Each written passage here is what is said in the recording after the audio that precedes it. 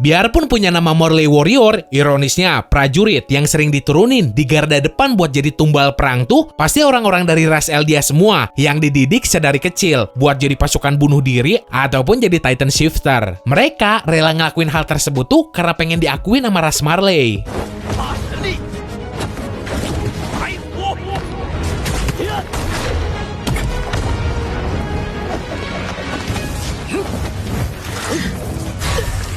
Nah, kayak biasa, kalau lu suka sama pembahasan ini, jangan lupa tinggalin like, terus share juga videonya ke teman-teman lu yang lain. Dan buat lu yang belum subscribe ke Distrik Anime, langsung tampar aja tombol subsnya. Karena kalau gitu kan, gua juga jadi makin semangat bikin videonya. Nomor 13, Tom Kusawa.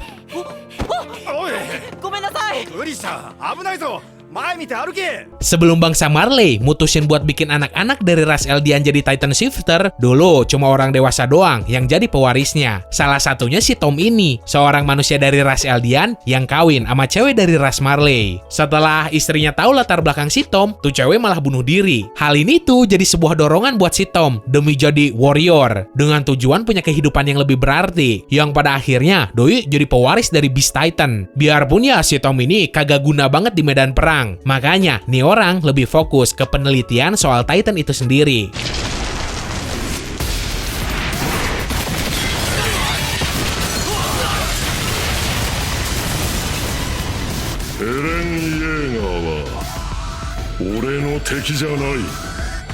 Nomor 12, Udo.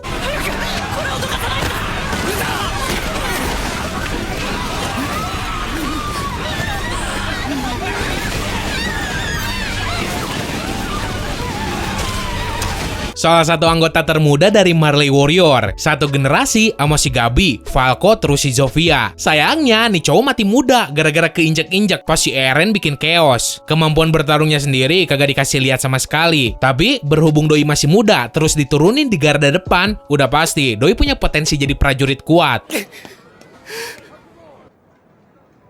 Gabi, omae wa kazoku to issho ni iro. Nomor 11, Zofia. Nasibnya sama kayak si Udo, yang sisa dari nih cewek cuma paha doang setelah ketimpa batu gara-gara ulah si Eren. Kalau dilihat-lihat, sifatnya tuh mirip sama si Ani. Pas masa-masa latihan, si Zofia sering ngalahin si Udo pas balapan. Dari sini aja, lu juga udah pasti bisa menilai siapa yang lebih kuat di antara mereka.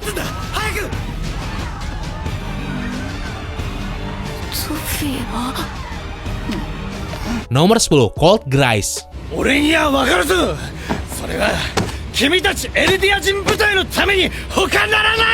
Nih cowok tuh kakaknya si Falco dan orang yang harusnya jadi pewaris dari Beast Titan setelah si Zeke. Sayangnya doi malah mati duluan setelah kena uap panas dari perubahan si Falco jadi Titan, yang waktu itu minum cairan tulang belakang si Zeke dan berubah gara-gara teriakannya. Bisa dibilang kematian si Colt ini akibat dari keegoisan si Zeke sendiri.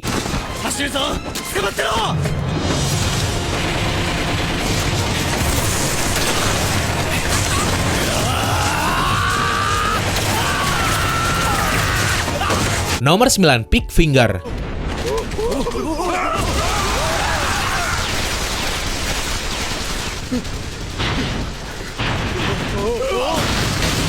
Dalam battle, card Titan punyanya si Pick tuh lebih ke arah support buat Titan Shifter yang lain. Karena daya tahan tubuhnya yang luar biasa kuat. Biarpun ya Ado ini kagak bisa bertarung sendirian dan perlu semacam baju armor yang dibikin khusus buat card Titan supaya bisa nembakin meriam. Perlu lu inget, si Pick tuh berjasa banget nyelamatin si Zeke sama si Rainier pas sekarat waktu itu di Shiganshina. Dan ketika rumbling pun, si Pick bertahan sampai akhir.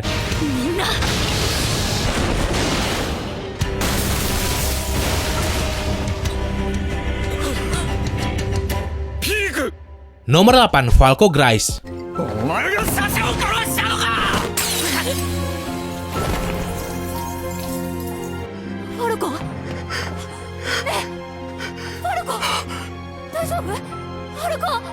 Potensi kekuatan nih bocah tinggi banget nyir. Yang doi perlu tuh cuma pengalaman bertarung doang. Jadi si Falco itu tuh punya Titan yang terbilang unik. Doi ini jadi Titan Shifter jauh Titan. Tapi gara-gara awalnya si Falco minum cairan tulang belakang si Zeke, nih bocah dapet DNA Beast Titan juga. Yang bikin doi jadi Titan burung. Bisa dibilang gara-gara kemampuan terbangnya ini, si Falco jadi salah satu MVP pas rumbling.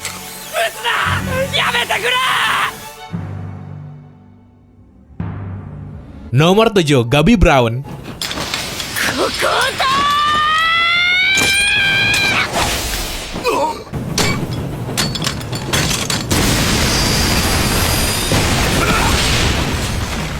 Yap, keponakannya si Reiner yang jadi karakter paling dibenci selama season terakhir AOT. Soal kekuatan fisik sama taktik perang, si Gabi ada di atas rata-rata. Bahkan si Falco juga berkali-kali babak belur. Gak kebayang jir kalau seandainya nih cewek jadi Titan Shifter Armor Titan. Apesnya ya sepanjang arc Marley jalan, si Gabi kena bully mulu dan kagak pernah ngewujudin cita-citanya jadi Titan Shifter.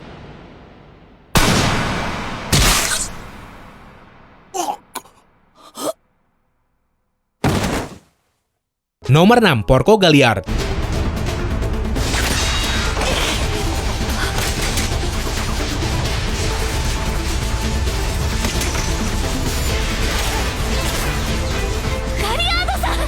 Orang yang gemeteran setelah ngadepin langsung ras Ackerman. Si Porco ini jadi pewaris dari Zhao Titan setelah ngemakan si Ymir. Sebenarnya si Porco ini yang harusnya jadi Armor Titan, tapi gara-gara kakaknya nyabotase di belakang layar, akhirnya si Reiner yang kepilih. Sampai akhir hayatnya si Porco mati-matian berusaha ngalahin si Eren yang waktu itu ngeinvasi Marley.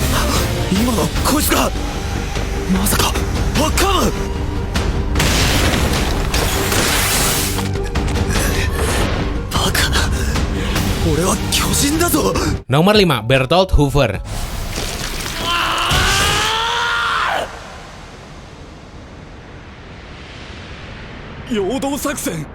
Kalau aja nih orang kagak kikuk terus tegas sama pendiriannya, pasti dengan kekuatan penghancur segede Colossal Titan, si Bertolt bisa jadi yang terkuat. Tapi sayangnya Doi bisa dimakan sama si Armin gara-gara si Bertoltnya kejebak taktik perang yang disusun sama si Armin sendiri yang ngelibatin attack Titannya si Eren.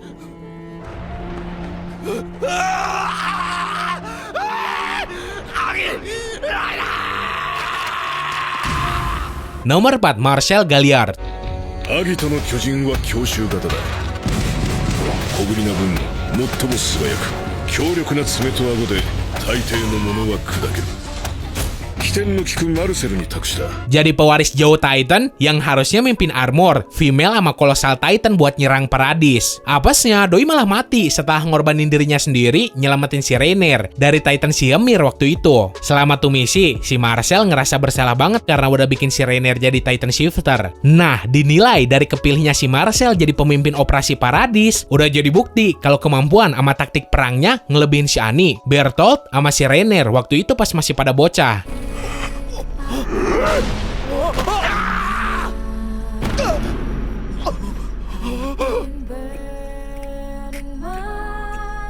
Nomor 3, Reiner Braun.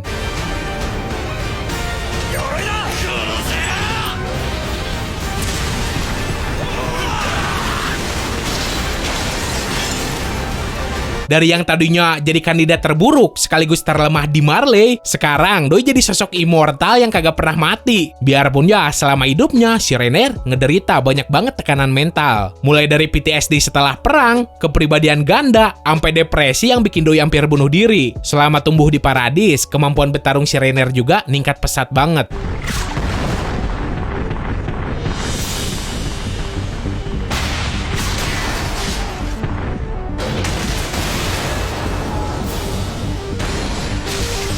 Nomor 2, Annie Leonhardt. 範囲は狭いが無垢の巨人を呼び寄せることもできる。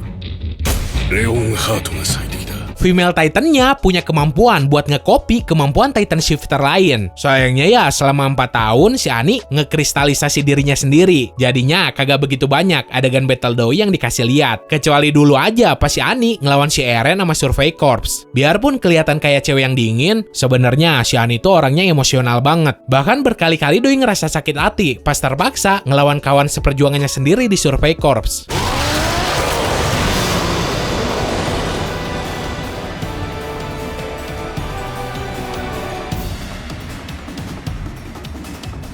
Nomor 1, Zeke Yeager.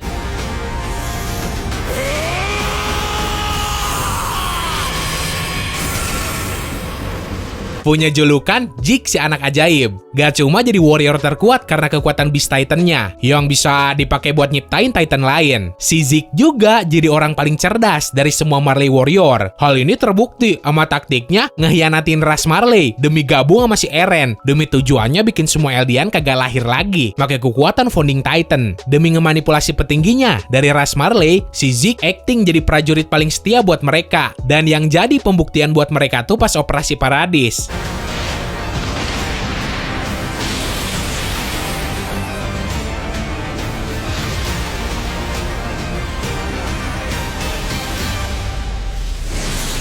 Oke, segitu aja buat hari ini. Ingat, daftar ini tuh murni dari pendapat gua pribadi doang. Jadi, kalau kagak sama daftar lu sendiri, ya maklumin aja. Lu juga bisa share pendapat lu di kolom komentar. So, semoga lu enjoy dan bisa nambah informasi lu seputar dunia anime manga. Sekian dari gua, sorry kalau ada salah-salah kata. Bye!